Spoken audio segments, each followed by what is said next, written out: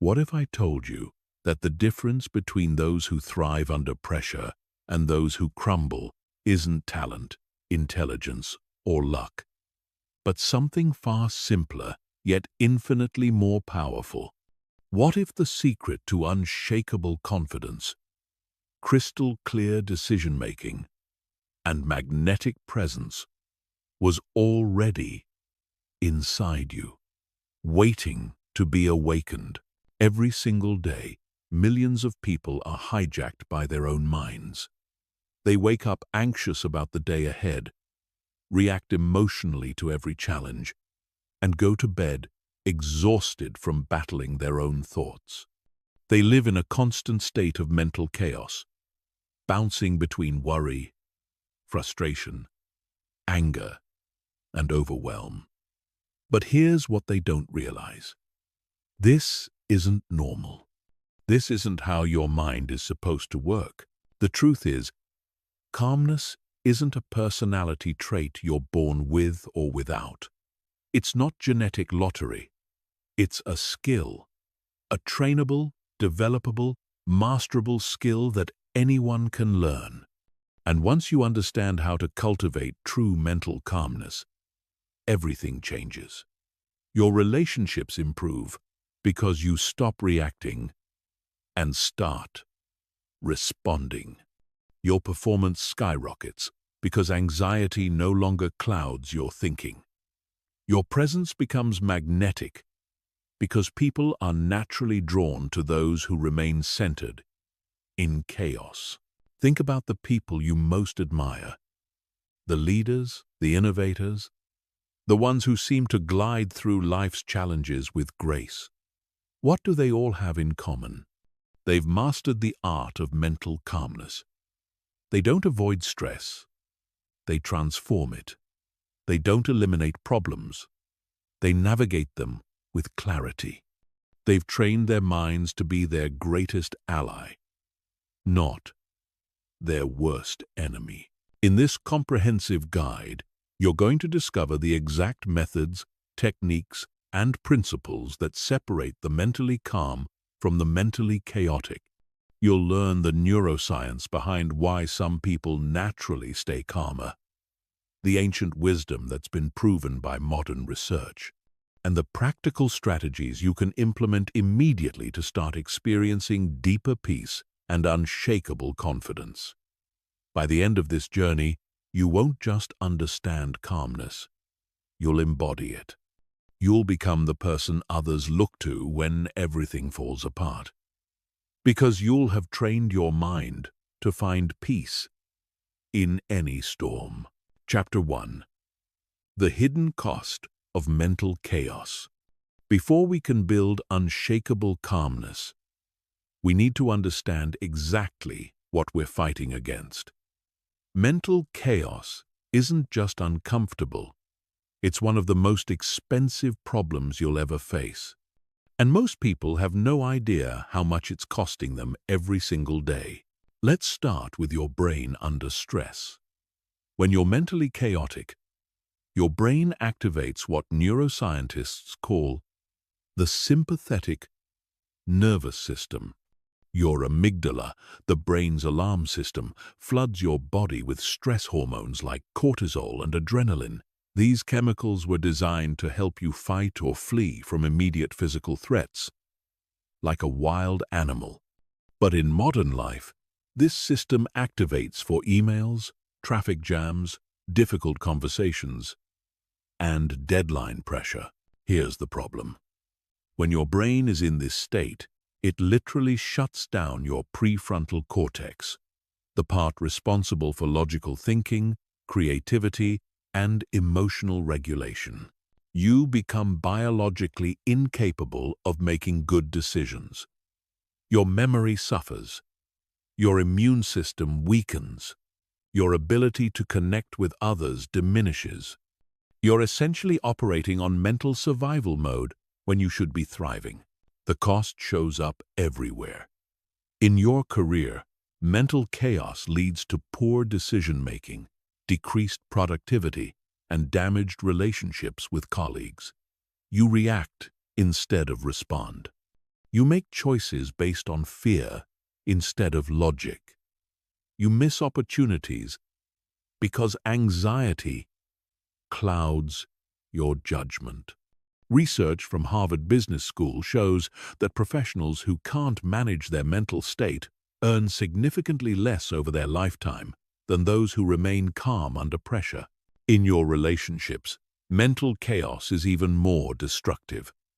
When you're internally agitated, you project that energy onto everyone around you.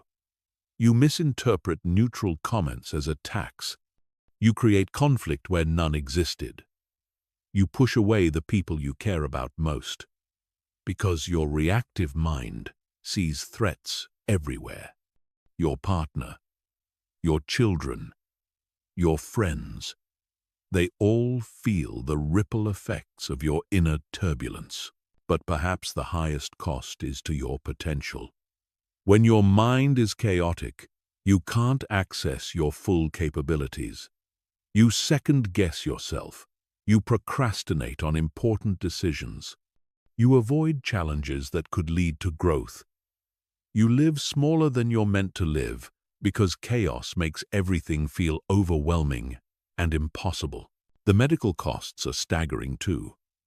Chronic stress from mental chaos leads to heart disease, diabetes, depression, anxiety disorders, and countless other health problems. The American Medical Association estimates that stress-related illnesses account for up to 90% of all doctor visits. You're literally aging yourself faster and destroying your body from the inside out. And here's what's truly tragic.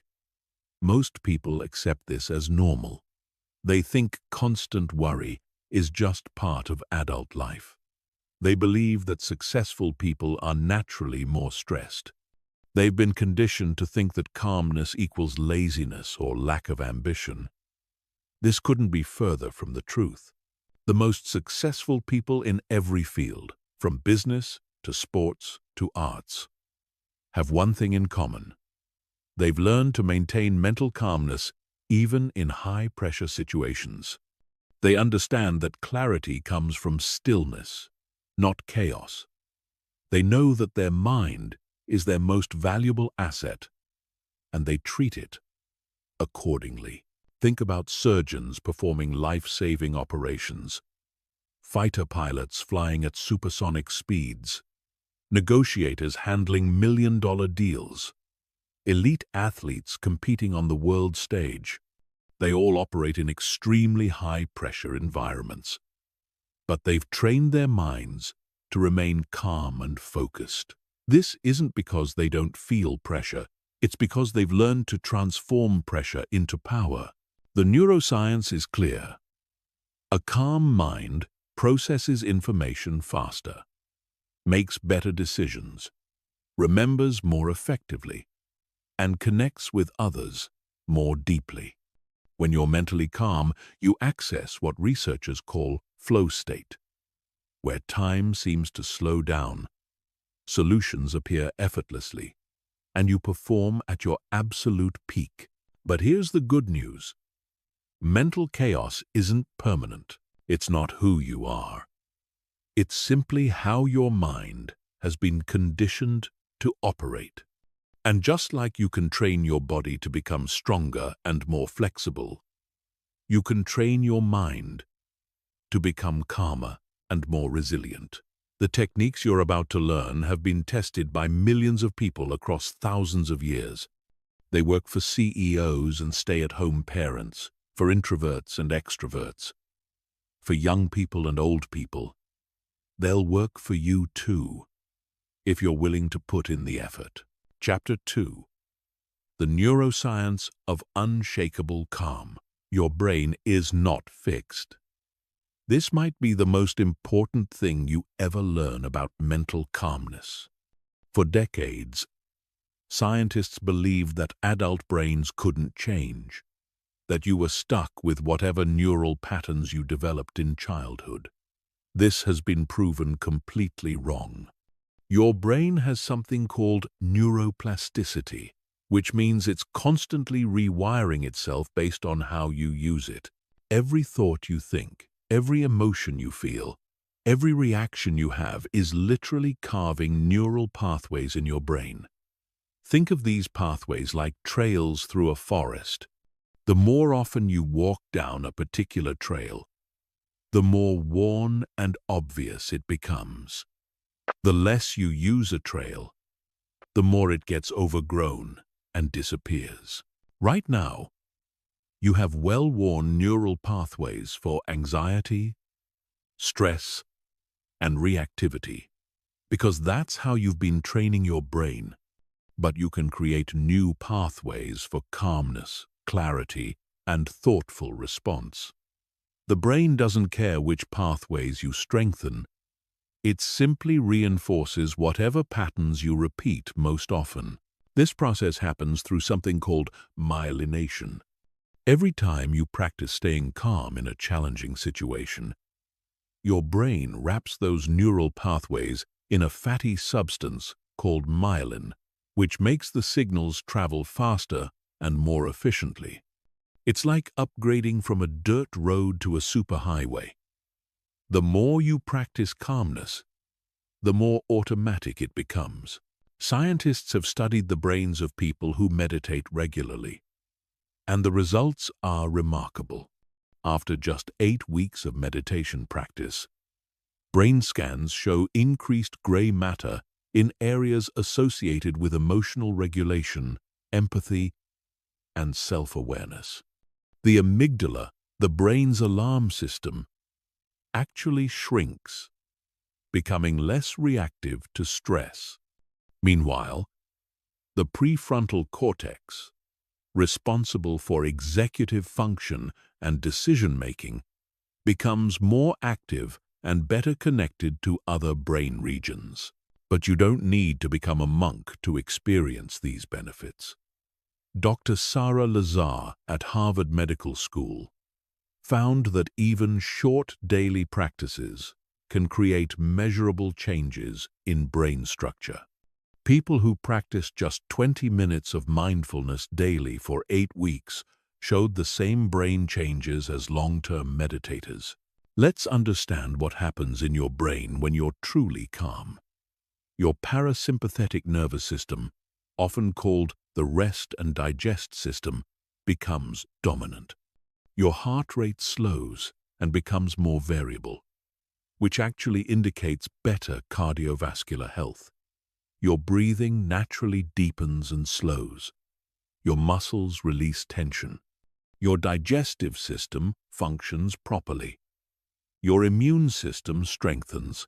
Most importantly, your prefrontal cortex comes online fully. This is your brain's CEO, responsible for planning, decision-making, emotional regulation, and impulse control. When you're calm, this part of your brain can communicate effectively with all other regions, creating what neuroscientists call coherence. Your entire nervous system works in harmony. In this state, you access what researchers call the zone or flow state. Time seems to slow down. Your perception becomes incredibly clear. Solutions to problems appear almost effortlessly. You feel connected to everything around you. This isn't some mystical experience. It's simply your brain operating at its optimal level. The key insight from neuroscience is that you have far more control over your mental state than you realize. Your brain is constantly scanning your environment for threats, but it's also constantly looking to you for guidance. Through your breath, your posture, your thoughts, and your actions, you're constantly sending signals to your brain about whether it should be in survival mode or thriving mode. Dr. Andrew Huberman, a neuroscientist at Stanford, explains that your brain has something called neuromodulators, chemical systems that can shift your entire mental state in seconds. By learning to influence these systems consciously, you can literally change your brain chemistry on demand. One of the most powerful discoveries is that your brain can't tell the difference between something that's actually happening and something you're vividly imagining. This means you can practice staying calm in challenging situations, even when you're not currently facing any challenges. Mental rehearsal creates the same neural pathways as real experience. Professional athletes have been using this principle for decades.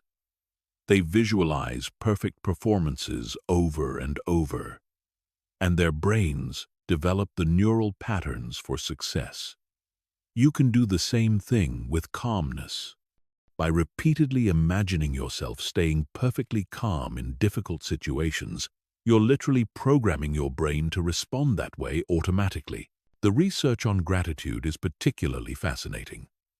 When you focus on what you're grateful for, your brain releases dopamine and serotonin, the same chemicals targeted by antidepressant medications.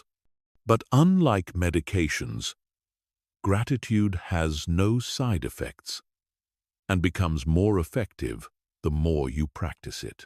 Mirror neurons add another layer to this understanding. These specialized brain cells fire both when you perform an action and when you observe someone else performing the same action. This means that simply spending time around calm people helps train your own brain for calmness. Conversely, spending time around anxious, reactive people reinforces those patterns in your own mind. Understanding the neuroscience gives you tremendous power because it proves that calmness isn't a fixed personality trait. It's a skill that can be developed through specific practices. Your brain is already equipped with everything you need to experience profound peace and unshakable confidence. You just need to learn how to activate these natural systems consistently. Chapter 3. Breaking Free from the Anxiety Addiction. Here's a truth that might shock you. Most people are addicted to anxiety, and they don't even know it. This isn't a moral judgment or a character flaw. It's a neurological reality that explains why so many people struggle to find lasting calmness despite wanting it desperately. Your brain operates on a simple principle. It seeks patterns that feel familiar, even if those patterns are harmful. If you grew up in an environment where anxiety, worry, and stress were normal, your brain learned to associate these states with safety and belonging. Calmness, ironically, can feel dangerous to a brain that's been conditioned to expect chaos. This is why many people sabotage their own peace. Just when things start going well, they find something to worry about. They create drama in relationships. They procrastinate on important projects until the deadline pressure kicks in. They feel uncomfortable when life is too smooth because their nervous system has been trained to expect turbulence. The addiction works through your brain's reward system. When you're anxious or stressed, your brain releases a cocktail of chemicals including adrenaline, cortisol, and even small amounts of dopamine. This creates a biochemical high that your brain learns to crave. You become unconsciously addicted to the intensity of stress because it feels more alive than the quiet contentment of peace. Social media and modern culture feed this addiction relentlessly.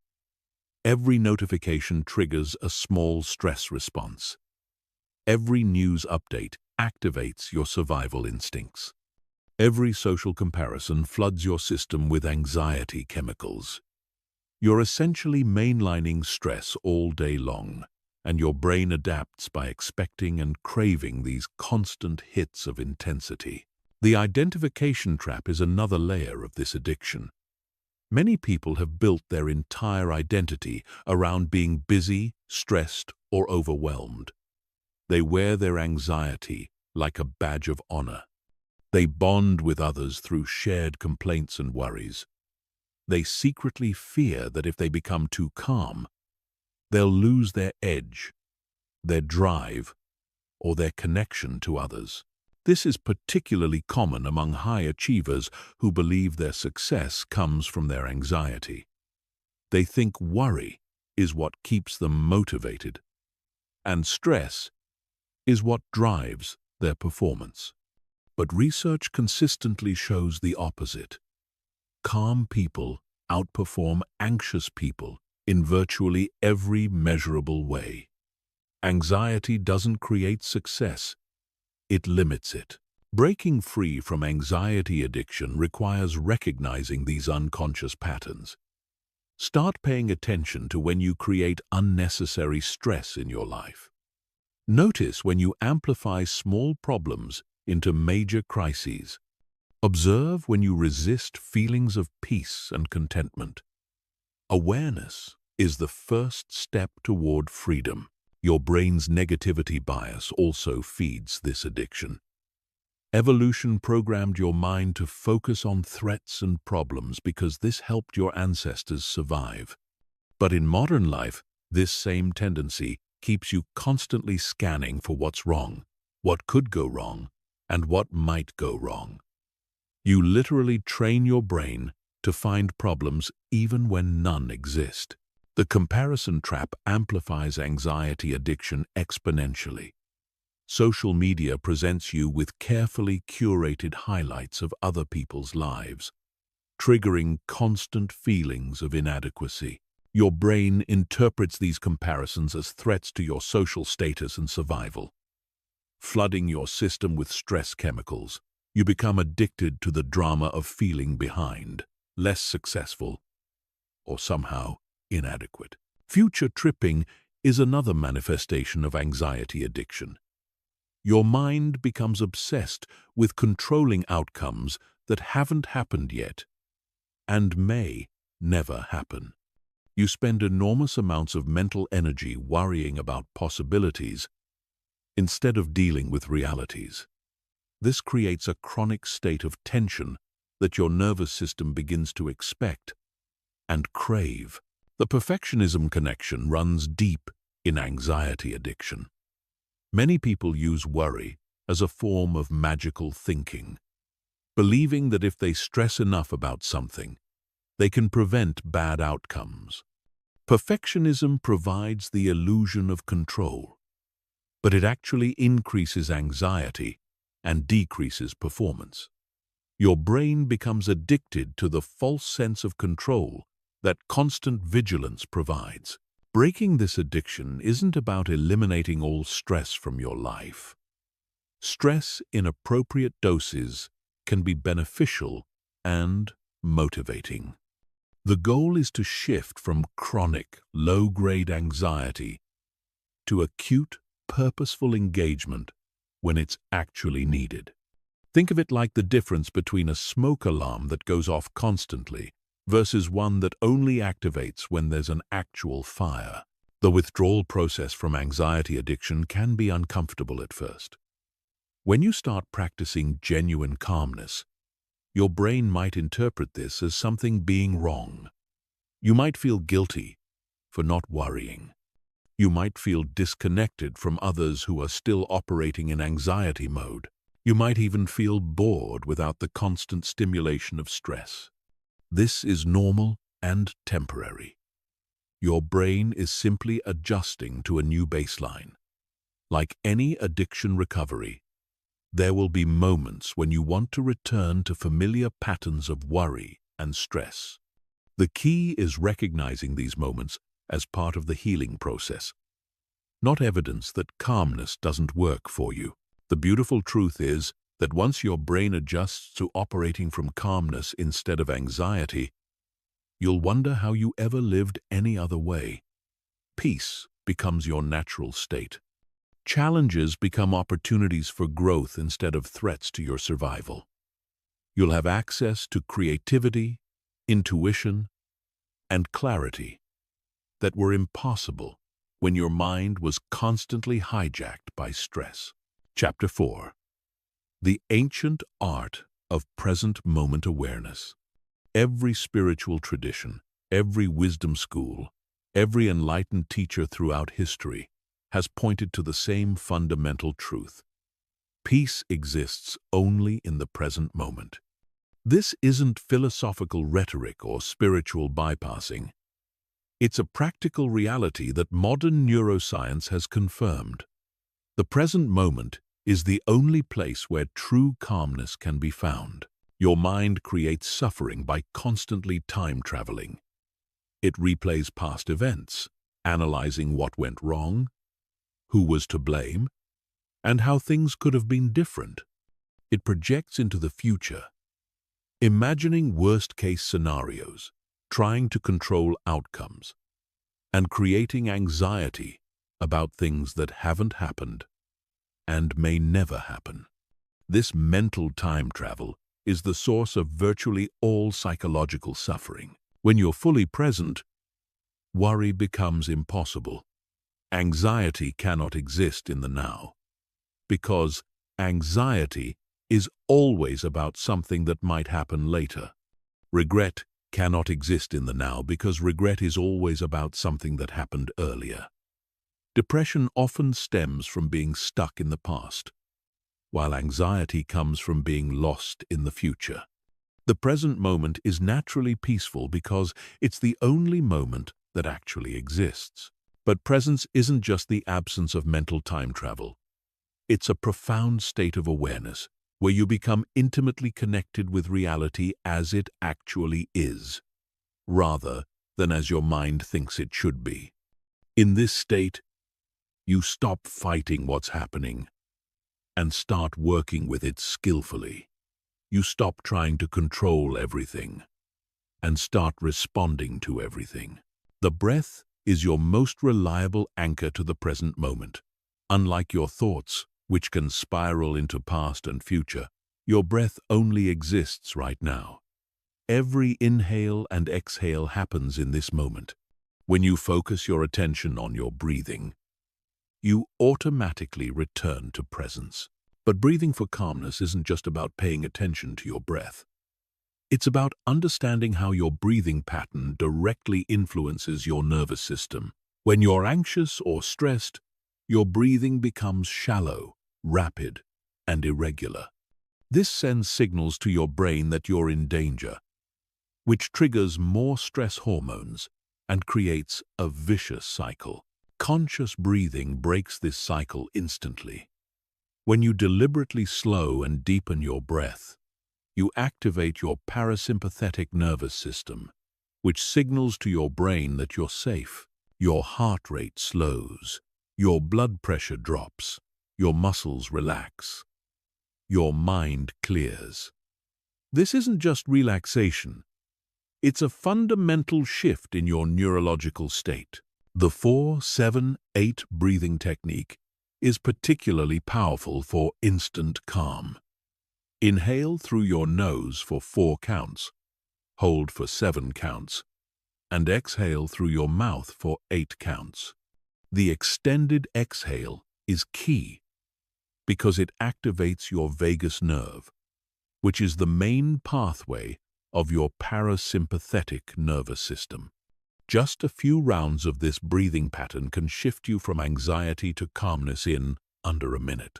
Body awareness is another gateway to presence.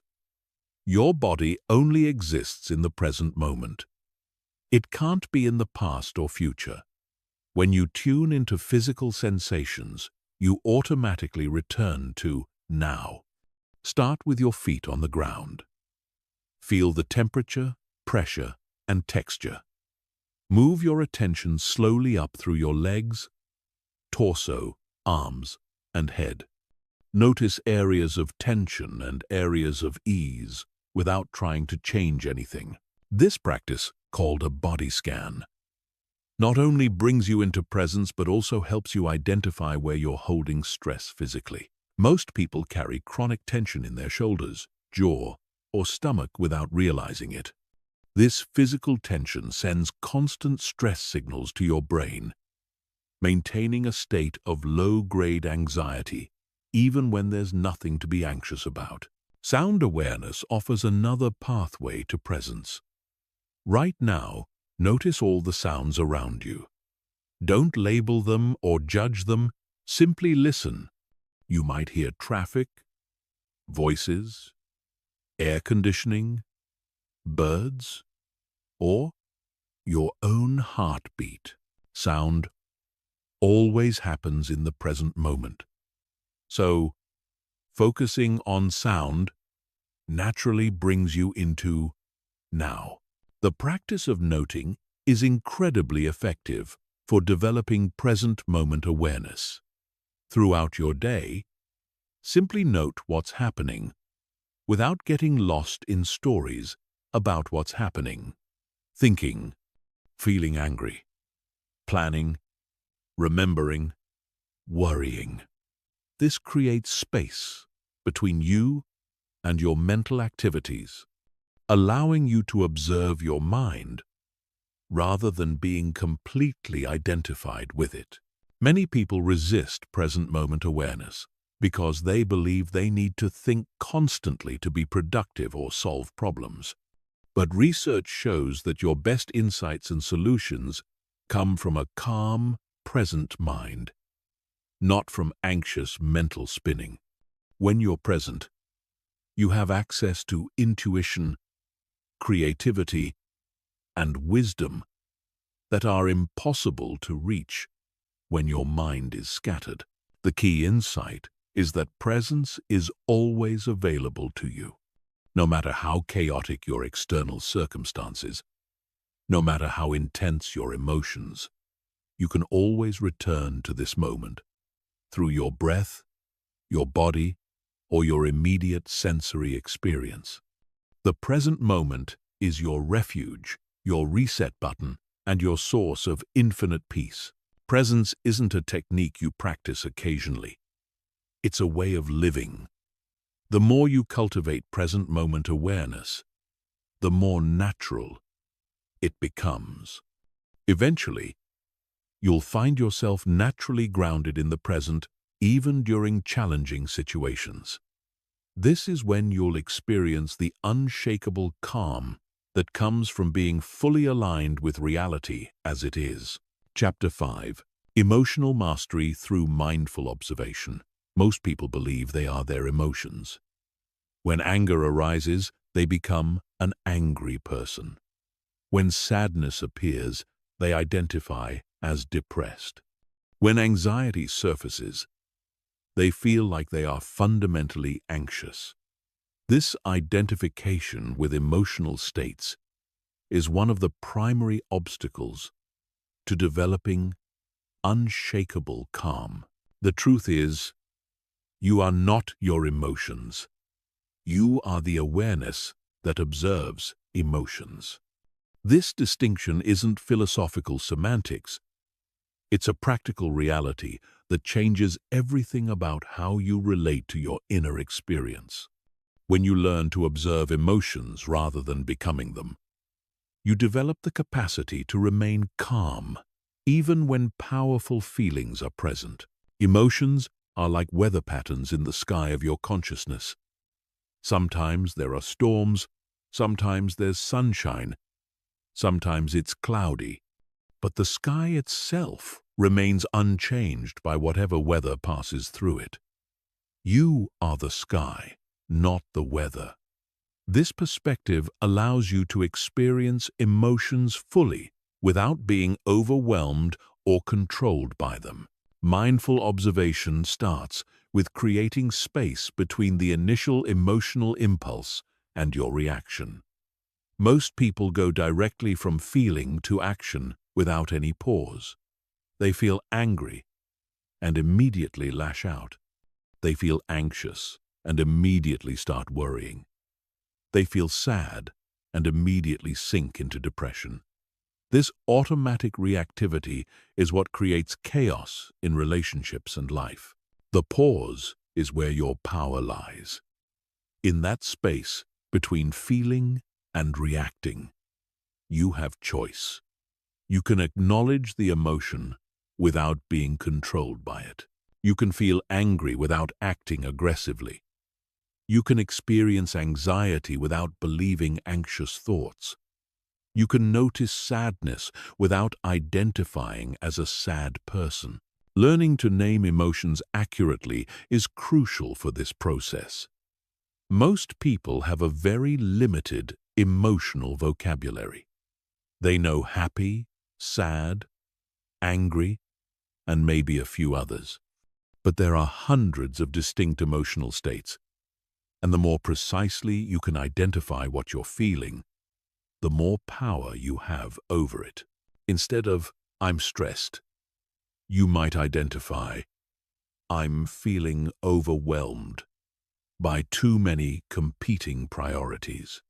Instead of, "I'm angry," you might recognize, "I'm feeling frustrated because my expectations weren't met."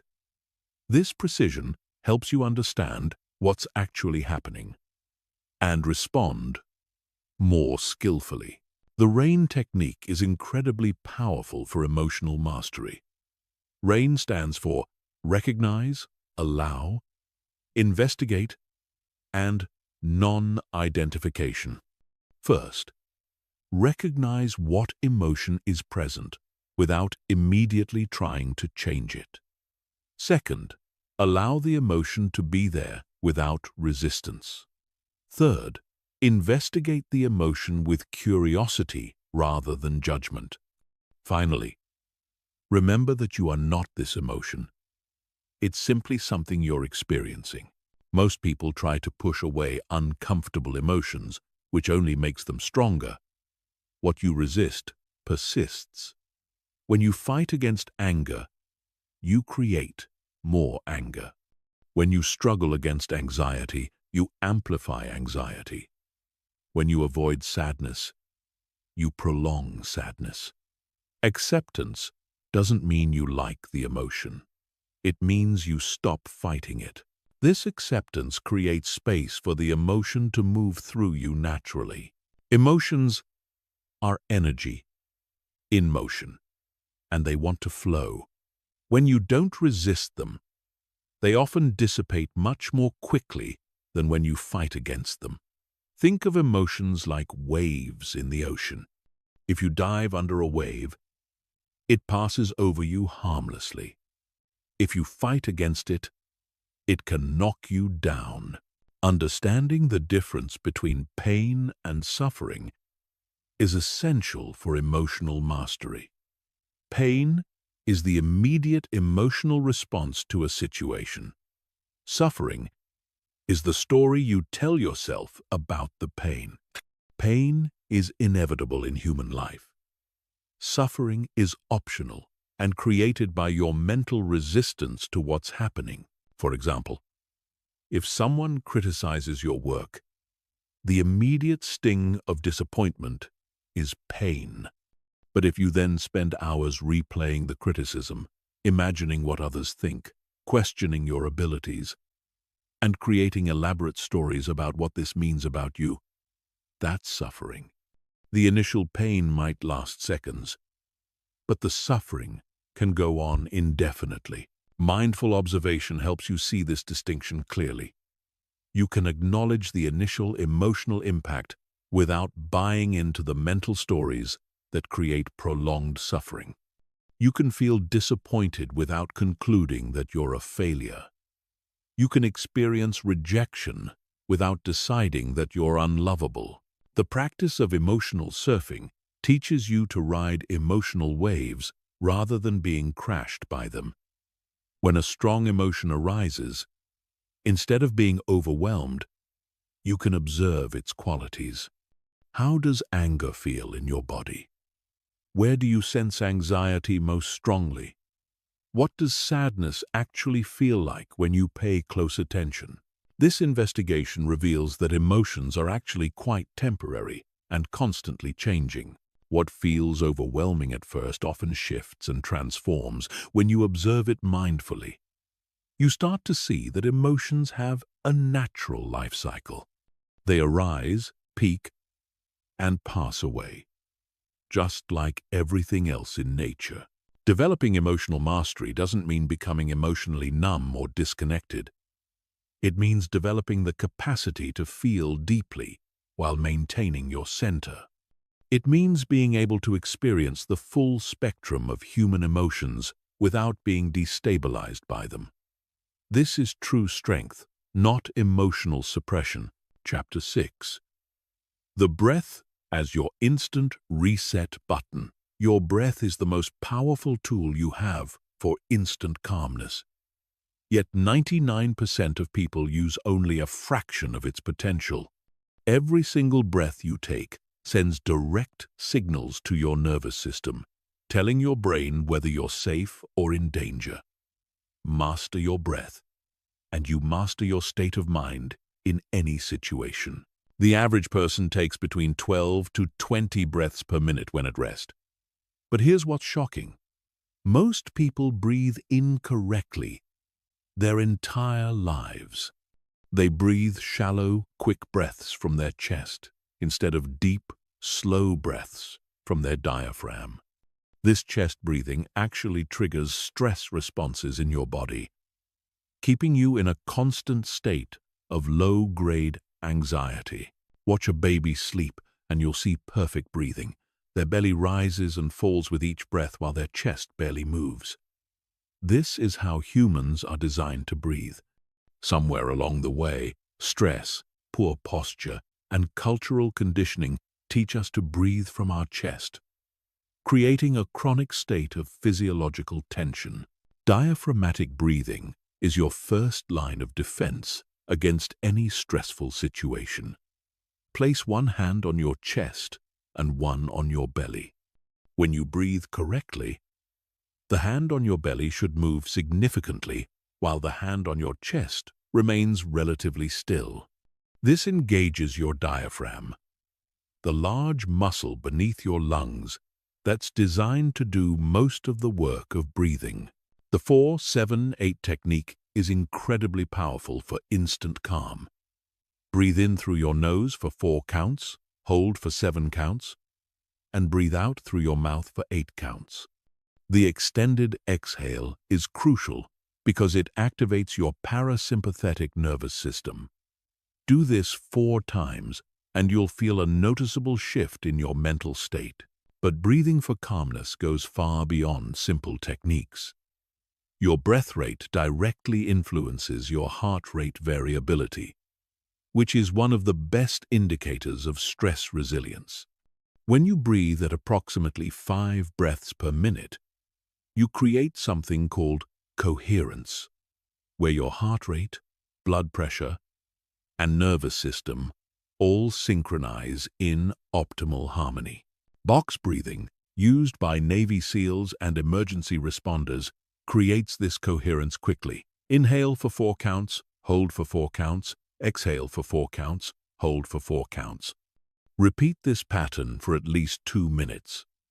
This technique is so effective that it's taught to people who regularly face life or death situations because it maintains clear thinking under extreme pressure.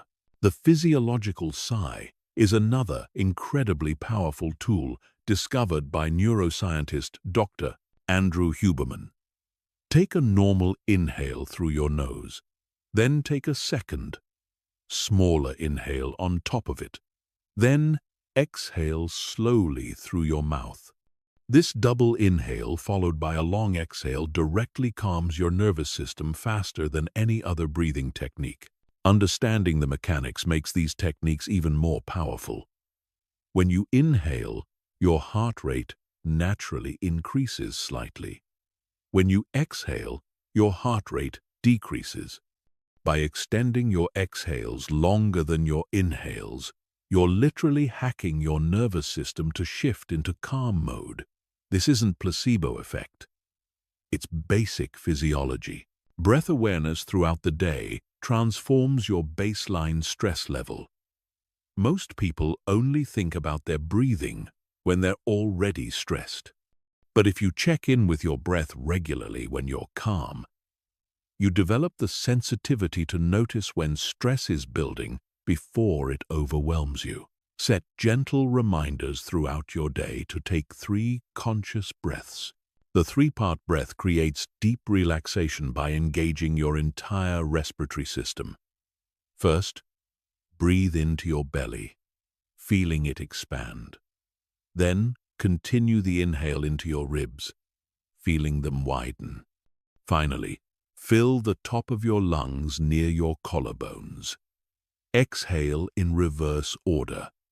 Chest, ribs, belly. This complete breath oxygenates your entire body and signals profound safety to your nervous system. Alternate nostril breathing balances your nervous system in a unique way. Using your thumb and ring finger, close your right nostril and inhale through your left. Close your left nostril and exhale through your right. Inhale through your right, close it, and exhale through your left. This completes 1 round. Continue for 5 to 10 rounds. This ancient technique literally balances the left and right sides of your brain. The power of conscious exhaling cannot be overstated. Your exhale is your release valve for tension, stress, and negative emotions. Many people hold their breath or breathe shallowly when stressed, which traps tension in their body. Learning to exhale fully and completely allows you to release whatever you don't need to carry. Breath retention builds your stress tolerance and lung capacity. After a normal inhale, exhale completely and hold your breath for as long as comfortable. This isn't about pushing yourself to discomfort, it's about gradually expanding your capacity. As your breath retention improves, your ability to stay calm in challenging situations improves proportionally. The humming breath creates vibrations that massage your vagus nerve, the main pathway of your parasympathetic nervous system. Take a normal breath in, then hum as you exhale, feeling the vibration in your chest and throat. This simple technique is incredibly soothing and can be done anywhere without drawing attention. Coherent breathing at 5 breaths per minute is perhaps the most powerful technique for building long-term resilience. Breathe in for 6 counts and out for 6 counts, creating a smooth, rhythmic pattern. Practice this for 10 to 20 minutes daily, and you'll notice profound changes in your stress reactivity within just a few weeks. The key insight is that your breath is always available to you. No matter how chaotic your external environment, no matter how intense your emotions, you can always return to your breath and find instant relief. This makes breathing the most practical and accessible tool for developing unshakable calm. Most importantly, understand that breathing techniques aren't just for crisis moments. The more you practice conscious breathing when you're already calm, the more effective these techniques become when you really need them. Your breath is like a muscle that gets stronger with regular exercise. Chapter 7. Cognitive Alchemy. Transforming thoughts into peace. Your thoughts create your reality. But here's what most people don't understand. You have far more control over your thoughts than you realize. The average person has between 60,000 to 80,000 thoughts per day. And research shows that 80% of these thoughts are negative and 95% are repetitive. This means most people are unconsciously programming themselves for anxiety, stress, and limitation every single day. Cognitive alchemy is the art of transforming negative thought patterns into sources of strength and peace. It's not about positive thinking or pretending problems don't exist. It's about developing the skill to observe your thoughts objectively and consciously choose which ones deserve your attention and which ones should be released. The first step is understanding that you are not your thoughts. Thoughts arise in your consciousness like clouds arise in the sky. But you are the sky, not the clouds. This perspective creates space between you and your mental activity, allowing you to observe thoughts without being controlled by them. When you can watch your thoughts like a scientist studying data, you gain tremendous power over your mental state. Thought labeling is one of the most effective techniques for creating this space.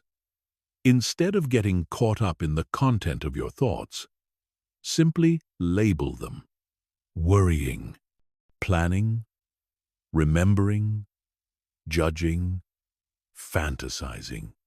This simple act of labeling activates your prefrontal cortex and reduces the emotional intensity of the thought. You're essentially stepping back and observing your mind in action. The 5, 4, 3, 2, 1 grounding technique interrupts anxious thought spirals immediately.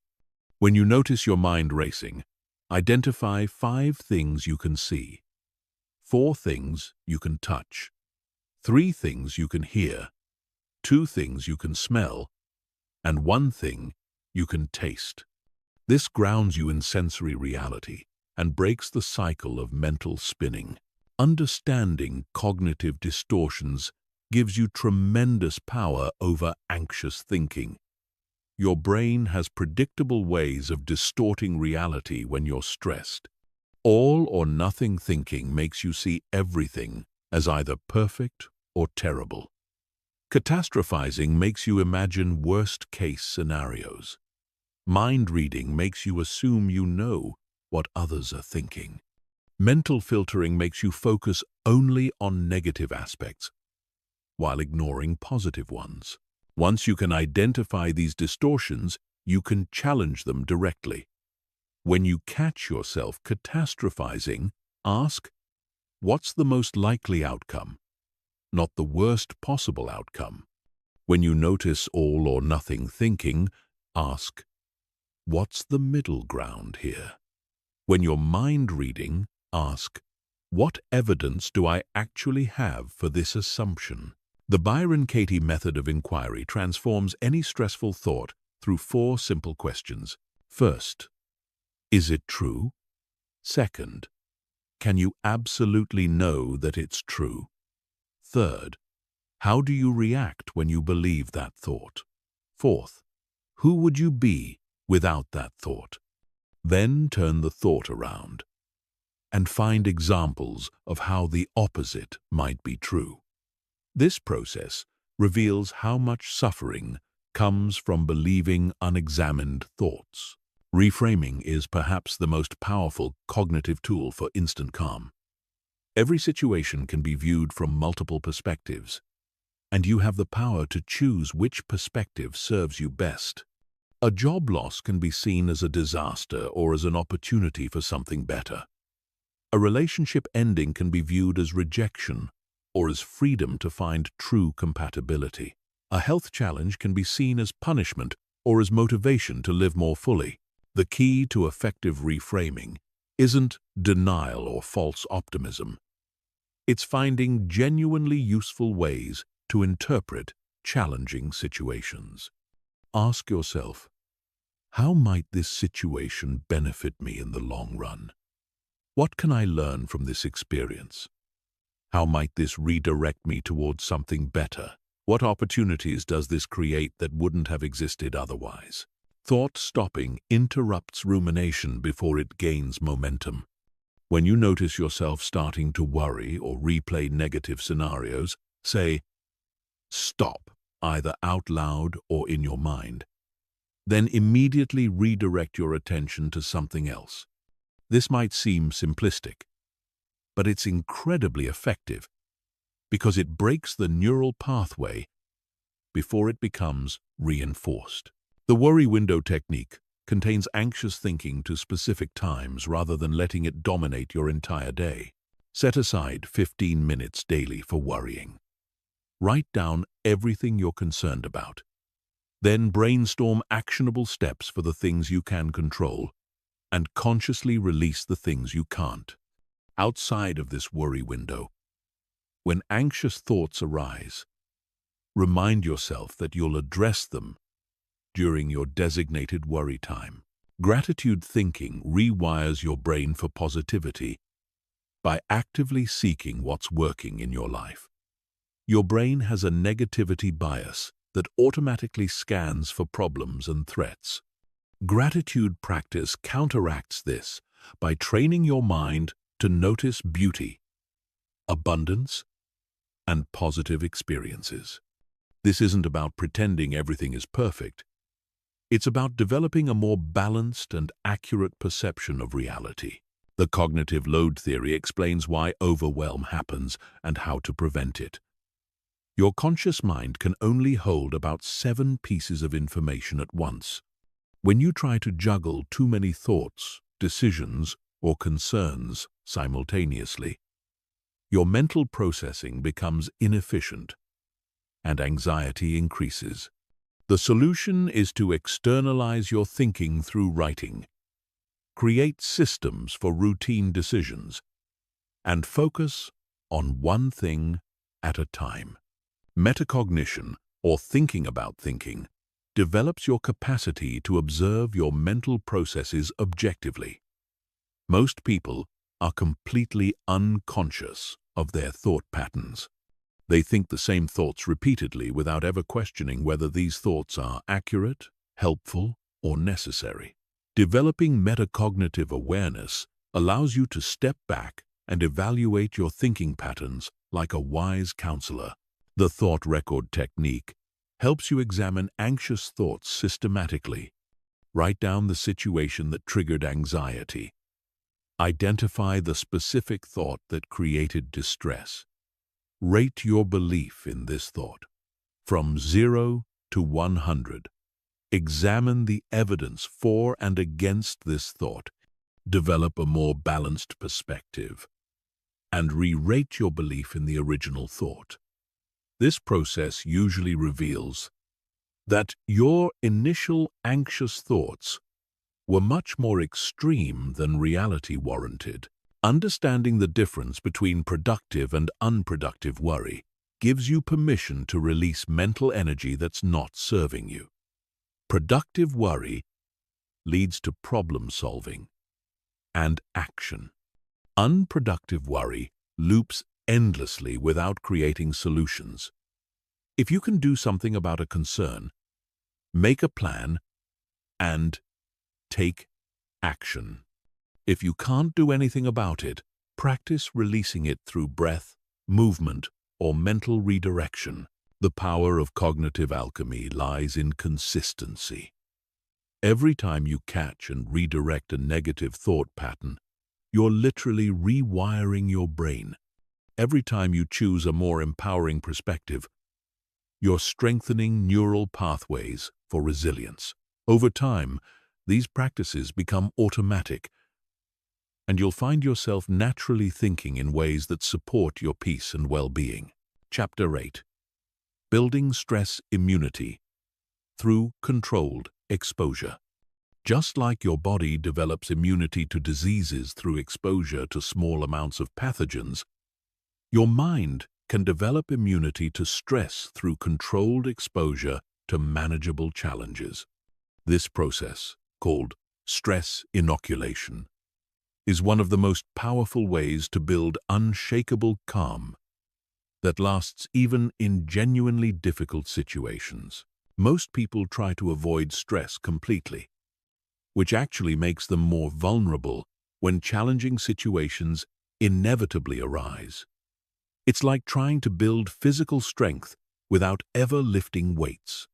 Your stress tolerance is like a muscle that must be exercised regularly to stay strong. Without regular challenge, it atrophies, leaving you fragile and reactive. Hormesis is the scientific principle behind stress immunity. Small doses of stress actually strengthen your system, while large doses can damage it. The key is finding the optimal level of challenge that pushes your comfort zone without overwhelming your capacity. This sweet spot is where growth happens and resilience develops. Cold exposure is one of the most effective forms of stress inoculation. Taking cold showers, ice baths, or even splashing cold water on your face triggers your sympathetic nervous system in a controlled way. When you learn to stay calm and breathe deeply while experiencing cold stress, you're literally training your nervous system to remain composed under pressure. Start with 30 seconds of cold water at the end of your normal shower. Focus on deep, controlled breathing rather than tensing up or rushing through it.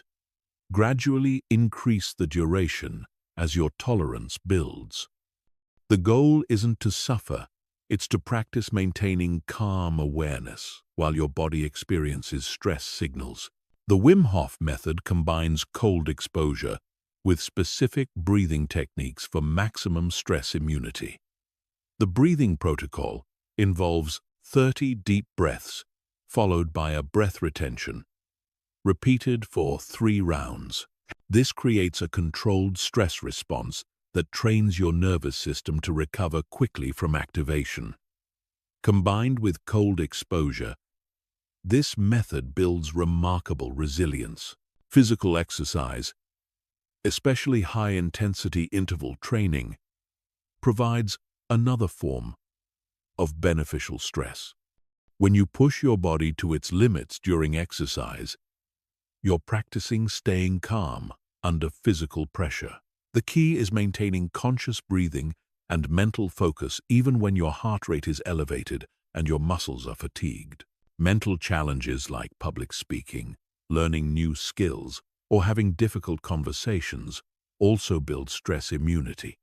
Each time you voluntarily face something that makes you nervous, you're expanding your comfort zone and proving to yourself that you can handle discomfort.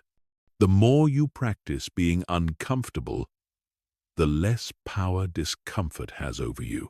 The key to effective stress inoculation is gradual progression. You wouldn't try to lift the heaviest weight on your first day at the gym, and you shouldn't jump into the most challenging stresses immediately. Start with manageable challenges and gradually increase the difficulty as your capacity grows. Intermittent fasting creates beneficial stress at the cellular level, while also building mental discipline. When you voluntarily choose to delay gratification and sit with the discomfort of hunger, you're strengthening your willpower and stress tolerance.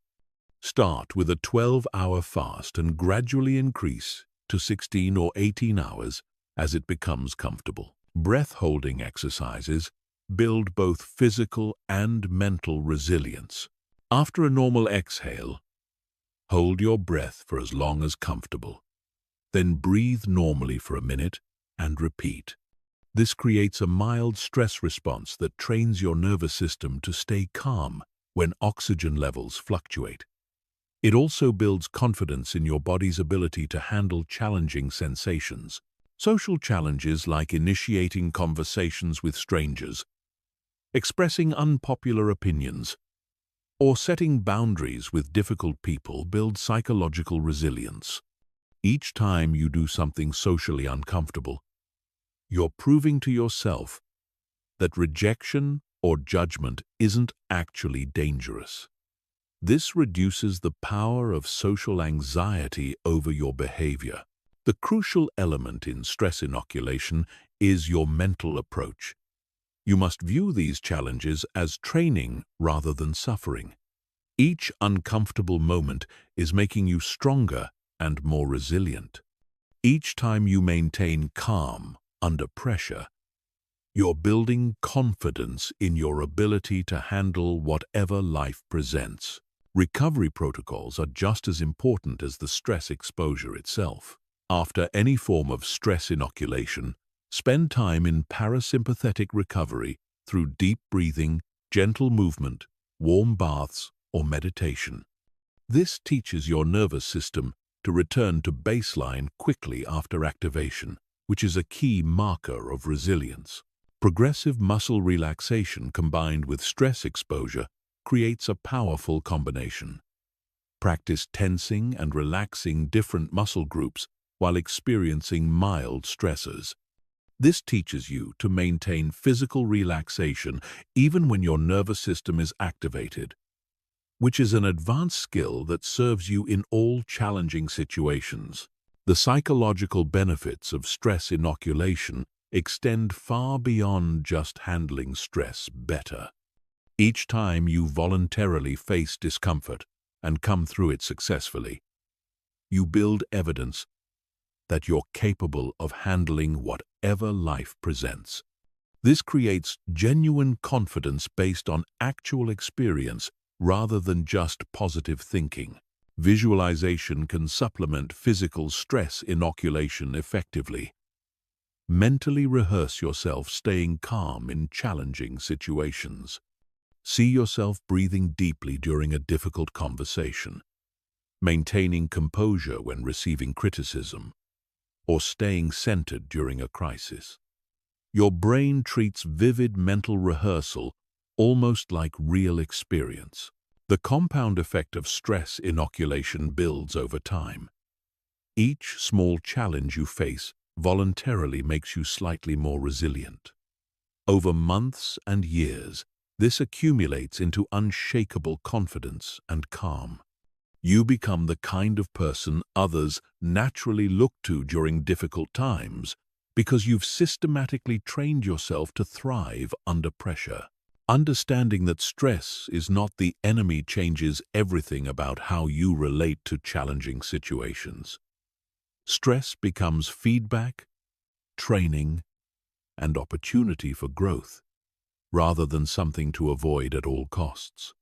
This shift in perspective alone dramatically reduces the psychological impact of stressful events. Chapter 9. Social Calm. Maintaining peace around difficult people. One of the greatest tests of your mental calmness is your ability to remain centered when dealing with difficult people. You can master breathing techniques and thought management, but if someone else's anger, criticism, or negative energy can instantly destabilize you, your calm remains fragile and conditional. True, unshakable calm means maintaining your peace regardless of how others are behaving. Understanding projection is crucial for social calm. When people are angry, critical, or hostile, they're almost always projecting their own inner turmoil onto you. Their behavior says far more about their internal state than it does about you or the situation. A person who is truly at peace doesn't attack others. Aggression, criticism, and hostility are symptoms of inner suffering, not accurate assessments of your worth or actions. This doesn't mean you should excuse harmful behavior or fail to set appropriate boundaries.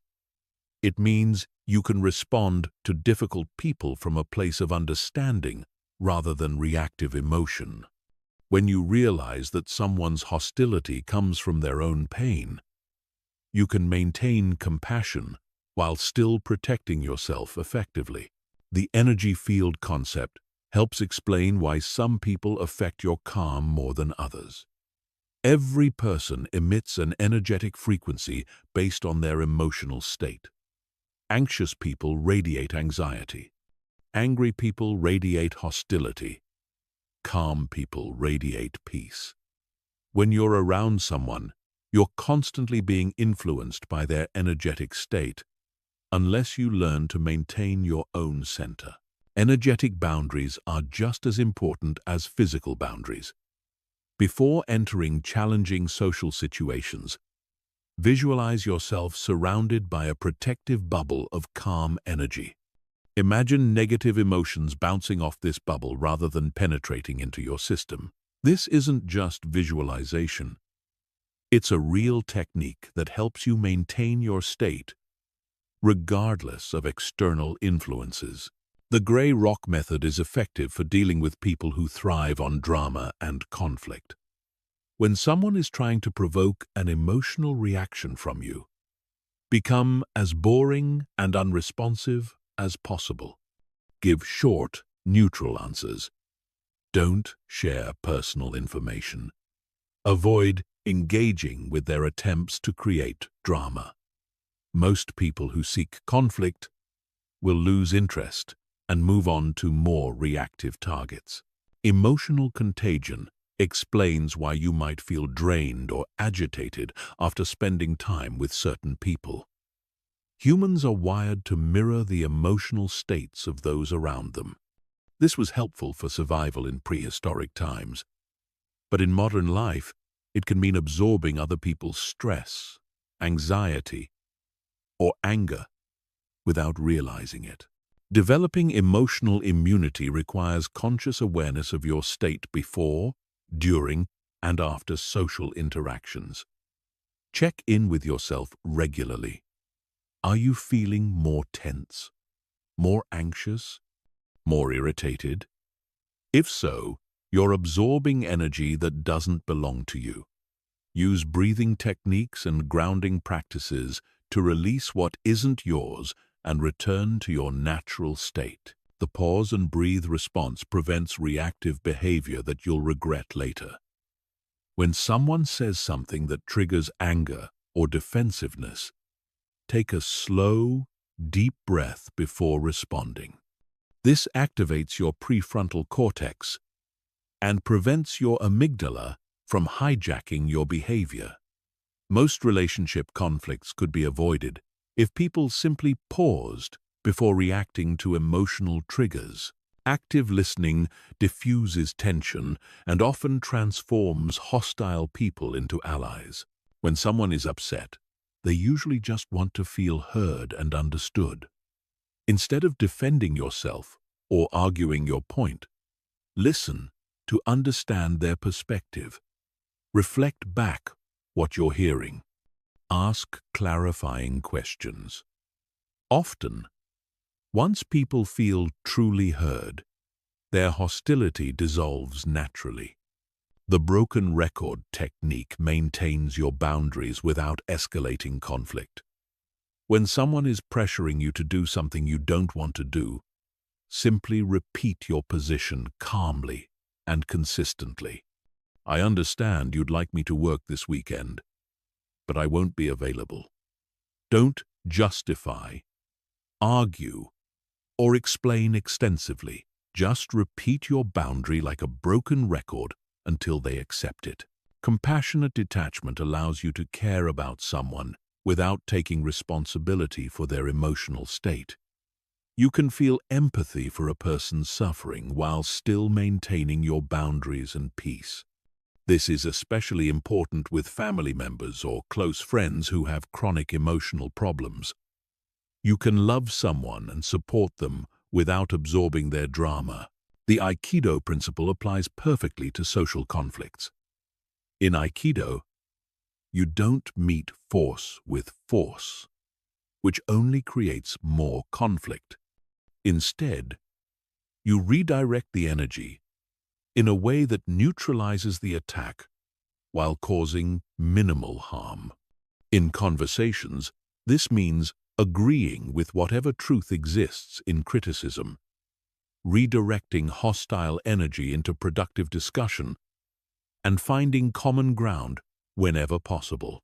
Criticism immunity develops when you understand the difference between feedback and attack. Constructive feedback is specific, actionable, and delivered with good intentions. Attack is general, personal, and intended to hurt rather than help. Learn to extract any useful information from criticism while ignoring the emotional charge behind it. The mirror technique reveals how your own state influences others. People often treat you the way you expect to be treated. If you approach interactions with defensiveness or hostility, you're likely to receive defensiveness or hostility in return. If you approach others with calm, confidence, and respect, you're more likely to receive the same energy back. Setting emotional boundaries means taking responsibility for your own feelings while refusing to take responsibility for others' feelings. You can't control whether someone else gets angry, but you can control whether their anger affects your peace. You can be empathetic without being a sponge for everyone else's emotions. The strategic ignorance approach means consciously choosing not to engage with every provocation or drama that others present. Not every comment deserves a response. Not every conflict requires your participation. Sometimes the most powerful response is no response at all. This preserves your energy for things that actually matter. Understanding manipulation tactics protects you from people who try to destabilize your calm for their own purposes. Emotional manipulators use guilt, fear, obligation, and shame to control others.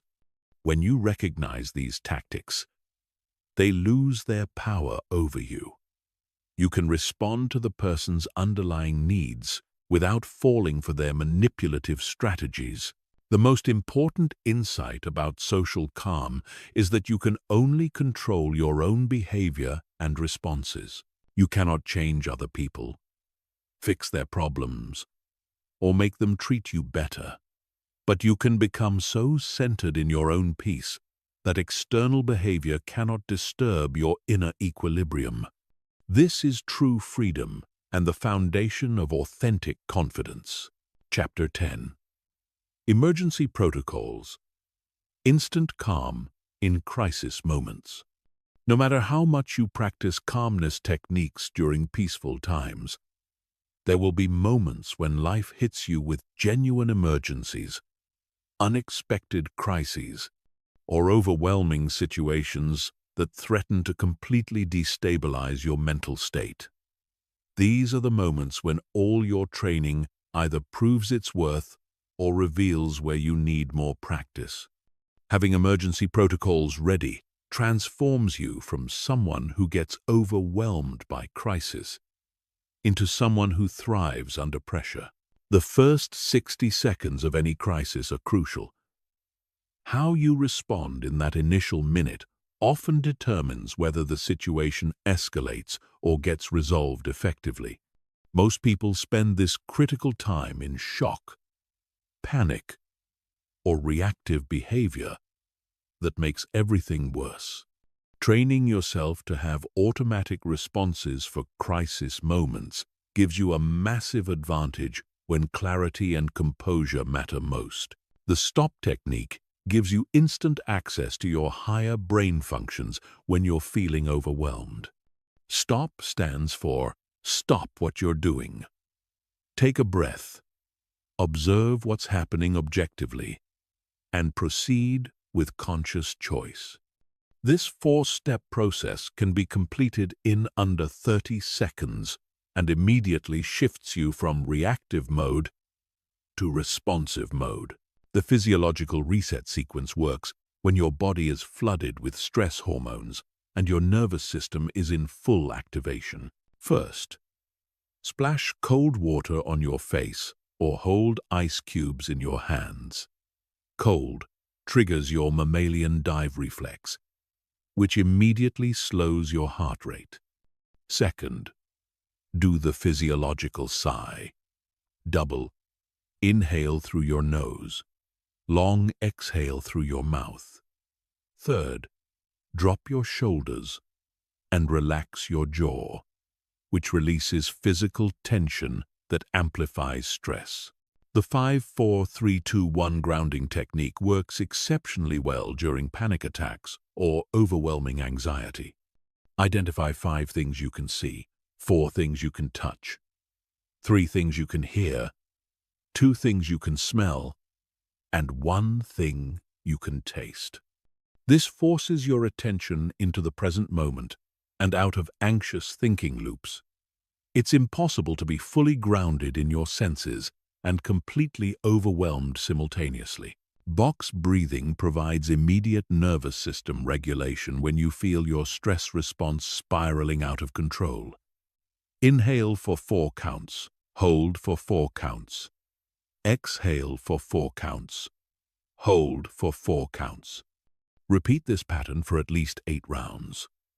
The consistent rhythm gives your mind something to focus on while the extended exhales activate your parasympathetic nervous system. The 24-hour rule prevents crisis decisions that you'll regret later. When something shocking or upsetting happens, commit to waiting 24 hours before making any major decisions or taking significant actions. This gives your nervous system time to process the shock and return to baseline. Most crisis decisions made in the first few hours are reactive and poorly thought out. Progressive muscle release works when crisis stress has created physical tension throughout your body. Starting with your toes, tense each muscle group for 5 seconds, then release and notice the contrast. Move systematically through your entire body: feet, calves, thighs, abdomen, hands, arms, shoulders, face. This releases accumulated tension and signals safety to your nervous system. The worst-case scenario technique transforms overwhelming situations into manageable problems. Ask yourself, what's the absolute worst thing that could happen here? Then, how likely is that worst case? Then, if the worst case did happen, how would I handle it? Usually, you'll discover that even worst-case scenarios are survivable, and that the likelihood is much lower than your anxiety suggests. Emotional first aid involves treating intense emotions, like physical injuries that need immediate care. Acknowledge the emotion without judgment. I'm feeling overwhelmed right now, and that's understandable given what's happening. Offer yourself the same compassion you'd give a good friend in the same situation. Remind yourself that intense emotions are temporary and will pass if you don't feed them with catastrophic thinking. The lighthouse visualization creates instant inner stability when everything around you feels chaotic. Imagine yourself as a lighthouse standing strong on rocky cliffs while storms rage around you. The storms are temporary, but you are permanent and unshakable. Your inner light continues to shine, regardless of external conditions. This image helps you maintain your center when crisis threatens to sweep you away. Crisis reframing looks for opportunity and growth potential, even in difficult situations. Ask yourself, how might this challenge make me stronger? What might I learn from this experience? How could this redirect me towards something better? This isn't about denying the difficulty. It's about maintaining a growth mindset that prevents victim mentality from taking over.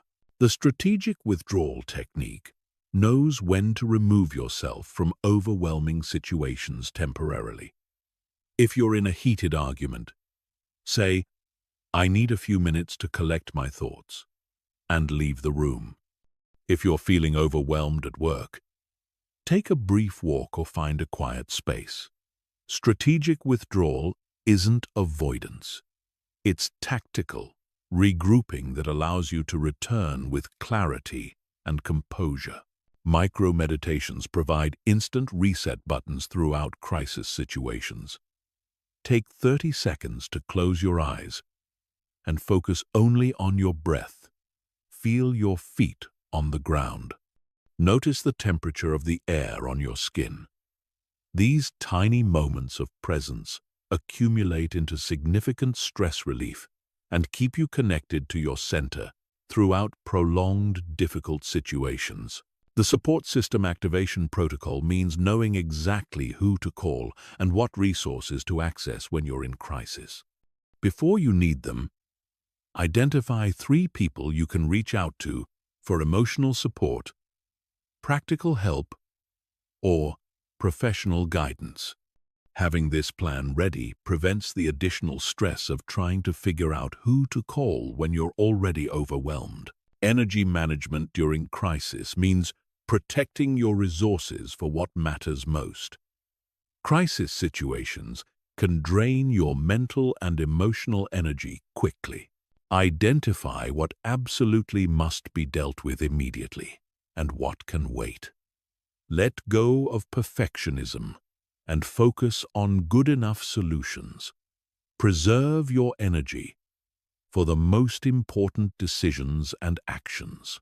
The zoom-out perspective helps when you're feeling completely overwhelmed by current circumstances. Imagine viewing your current crisis from 10 years in the future. How significant will this situation seem a decade from now? This doesn't minimize legitimate problems, but it often reveals that things that feel earth-shattering in the moment are more manageable than they initially appear. Recovery protocols after crisis ensure that you don't carry the stress forward into future situations. After dealing with any emergency or overwhelming situation, deliberately engage in activities that restore your nervous system. Gentle exercise, warm baths, time in nature, connection with loved ones, or practices that bring you joy.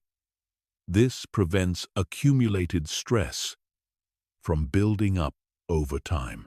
The key insight about emergency protocols is that they must be practiced before you need them. You can't learn to swim while you're drowning. Regular practice of these techniques during calm moments makes them available to you automatically when crisis strikes. The goal isn't to eliminate all stress from crisis situations. It's to maintain enough calm to think clearly and respond effectively rather than being overwhelmed by circumstances. Chapter 11. The Daily Architecture of Unshakable Peace. Calmness isn't something you achieve once and then possess forever. It's something you build day by day through consistent practices that gradually rewire your nervous system and reshape your default responses to life's challenges. The difference between people who occasionally feel calm and those who embody unshakable peace lies in their daily architecture, the small but powerful habits that compound over time into profound transformation. Your morning routine sets the tone for your entire nervous system for the day ahead. Most people wake up and immediately check their phones, flooding their minds with news, emails, social media, and other people's agendas before they've even established their own center. This creates a reactive state that persists throughout the day. Instead, the first 30 minutes of your day should be sacred time devoted to establishing inner calm. Begin each day with conscious breathing before you even get out of bed. Take 10 deep breaths, feeling your body wake up gradually and naturally. This signals to your nervous system that you're safe and in control, rather than immediately activating stress responses. Set an intention for the day, not just what you want to accomplish, but how you want to feel and respond to whatever challenges arise. The morning meditation practice doesn't require hours of sitting in silence. Even 10 minutes of mindfulness meditation creates measurable changes in your brain's stress reactivity throughout the day. Sit comfortably, close your eyes, and focus on your breath. When your mind wanders, gently return attention to breathing. This simple practice strengthens your ability to redirect attention away from anxiety and toward peace. Gratitude journaling rewires your brain to notice positive aspects of your life rather than defaulting to problems and concerns. Write down 3 things you're grateful for each morning, but be specific and feel the emotion behind each item. Instead of, "I'm grateful for my family," write, "I'm grateful for the way my daughter laughed at breakfast yesterday, and how it filled my heart with joy." Physical movement in the morning releases tension that accumulated during sleep and prepares your body for the day ahead. This doesn't need to be intense exercise. Gentle stretching, yoga, or a short walk signals to your body that you're awake, alive, and ready to engage with life from a grounded place, rather than rushing into activity with accumulated tension. Cold exposure through cold showers or ice baths builds stress resilience while simultaneously creating alertness and mental clarity. Start with 30 seconds of cold water at the end of your normal shower. Focus on deep breathing rather than tensing up. This practice trains your nervous system to remain calm under physiological stress, which translates to greater emotional resilience throughout the day. The evening wind-down routine is just as important as your morning routine because it determines the quality of your sleep, which directly affects your stress resilience the next day. Begin winding down at least 1 hour before bedtime. Dim the lights, put away electronic devices, and engage in calming activities that signal to your body that it's time to rest. Digital boundaries protect your mental peace from the constant stimulation and stress of modern technology. Set specific times when you'll check email and social media rather than being constantly available. Turn off non-essential notifications. Create phone-free zones in your bedroom and during meals. Your attention is your most valuable resource, and protecting it is essential for maintaining calm. Mindful transitions between activities prevent